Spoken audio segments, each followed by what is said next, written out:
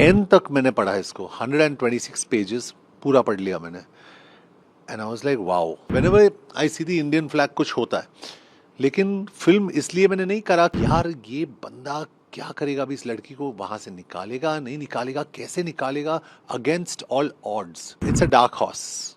जो एक्सपेक्टेशंस है मेरे हिसाब से एक्सपेक्टेशन से ज़्यादा ऑडियंस को पसंद आएगी। उज़्मा अहमद नाम की एक लड़की है जो दिल्ली की रहने वाली है और मलेशिया गई थी किसी काम के सिलसिले में, और कोई पाकिस्तानी लड़के से उसका इन्वॉल्वमेंट हुआ, फिर कैसे पाकिस्तान गई, फिर पाकिस्तान में कैसे ट्रैप हो गई, ये पूरी स्टोरी है। और कैसे पहुंची इंडियन एम्बेसी इस्लामाबाद में, और डिप्लोमेट जैसा कैरेक्टर कैसे उसको प्रोटेक्ट किया और कैसे वापस हिंदुस्तान लाया गया, ये बैकग्राउंड है पूरा स्टोरी। एक्चुअली मैं ऑफिस गया था, वहाँ पे स्क्रिप्ट पढ़ा था ऑफिस में, तो I saw the diplomat written on it. मैं सच बता रहा हूँ and I am just speaking organically, कुछ ये कोई प्रिपेयर्ड आंसर नहीं है। और मैं वहाँ गया, मैंने उसको उठाया, पढ़ा मैंने। और यूजुअली क्या होता है हमारे लाइफ में, हम लोग 10 पेजेस पढ़ते हैं, उसके बाद पता होता है, प्रिपेयर्ड होते हैं हम लोग, क्योंकि हर रोज़ मैं एक स्क्रिप्ट पढ़ता हूँ, हर रोज़। एंड आई नो कि 10-20 पेज बाद अभी स्टार्टिंग अच्छा हुआ है, अभी फिल्म गिरेगा, अभी कुछ होगा स्क्रिप्ट में, अभी कुछ होगा।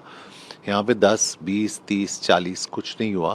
And I was very surprise, क्योंकि एंड तक मैंने पढ़ा इसको, 126 पेजेस पूरा पढ़ लिया मैंने। And I was like wow, ये स्क्रिप्ट वैसे ही पढ़ा था, किसी ने मुझे इन्फॉर्म नहीं किया, ये क्या है, द डिप्लोमैट लिखा है इस पे, literally it started that way. उसके बाद मैंने फ़ोन उठाया अश्विन वर्दे पे, जो इस फिल्म के प्रोड्यूसर भी है, और मैंने अश्विन को कहा कि Ashwin, I'd like to meet you and the director for the diplomat।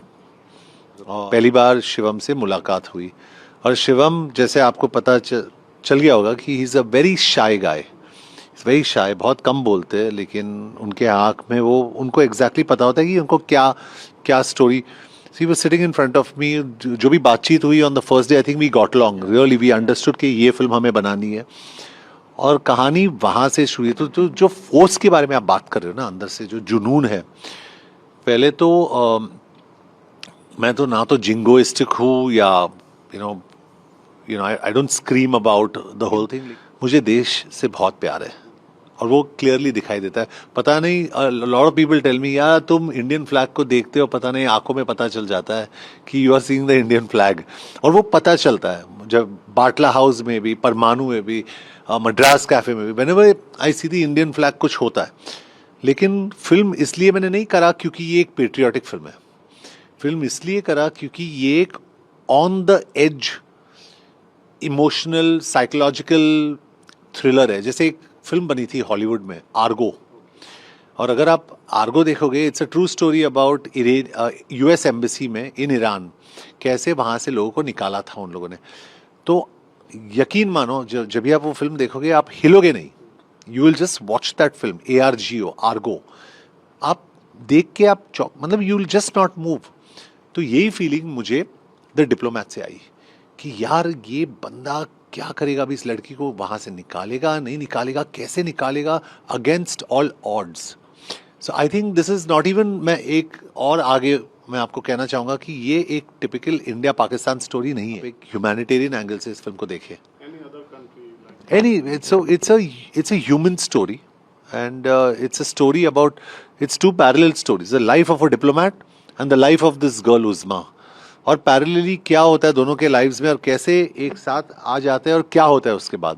That's the story. और फिल्म के पहले और मेरे एक्सपीरियंस से, शिवम सर ने कहा कि हमें बहुत सारे रीडिंग्स करने पड़ेंगे, तो वो मुझे थोड़ा वो रिलैक्स्ड फील हुआ कि the director is asking for homework on this film. तो काफ़ी सारे रीडिंग्स करा हम लोगों ने। उसके बाद मुझे एक कोच दिया गया था, सौरभ, जो एनिमल में भी जो थे सौरभ, तो Saurabh Sachdev came to coach me on the Diplomat. कि मेरे हिसाब से मेरी बात शिवम सर से हुई, इस कैरेक्टर को यहाँ तक पिच करेंगे, ऐसे पिच करेंगे, और यहाँ से हम लोग आगे जाएंगे, ये सब। तो मतलब 2 हफ्ते के लिए I think I was sitting with Saurabh. उसके बाद वापस आ गए हम लोग रीडिंग पे, क्योंकि जैसे मेरा वो चल रहा था कोचिंग, वैसे ही दूसरे कैरेक्टर्स का भी चल रहा था। फिर वापस आ गए हम लोग रीडिंग पे. Then we read again.